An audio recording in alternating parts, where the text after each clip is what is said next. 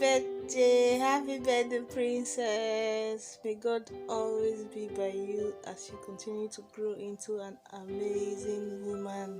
Amen. Happy birthday.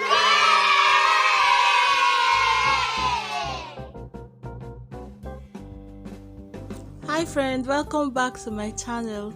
So she has very thick fussy hair and I had to use water and some leave-in conditioner to like unshrink the hair to an extent with my hand before combing it out. I used Brazilian wool to ensure that the hair is going to last a little bit longer than when there is no braiding hair extension on it.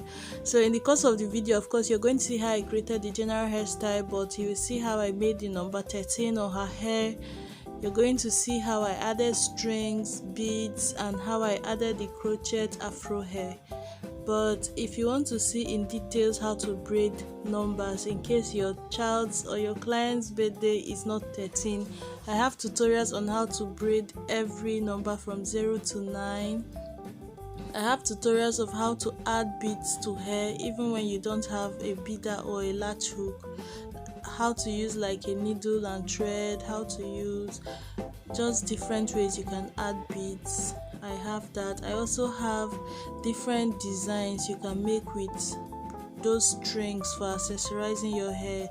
The one I used on her number 13, you're going to see different ways you can use that string to accessorize your hair. All those videos will be linked in the description bar below. If you just want to see how to make ponytail on short fussy hair without using any braiding extension, I have videos on that, like have it covered, so you can check all those either in my description bar. If I forget, please just leave a comment and I will reply immediately with the link. And thank you so much for watching. I appreciate every time you have here.